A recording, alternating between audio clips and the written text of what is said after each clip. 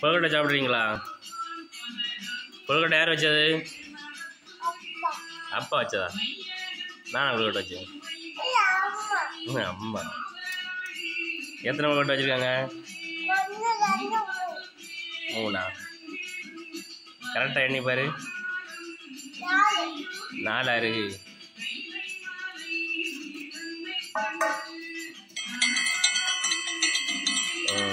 டேஸ்டாக இருக்கா? சாய் குடிக்கலையா? ஏன்? நேரத்தையே குடிச்சியா? இப்போ என்ன ஸ்கூலுக்கு போறியா? அடுத்து எப்போ வேன் வரும்? சாயந்தரம் வேன் வருமா? இப்போ வேன் வராது.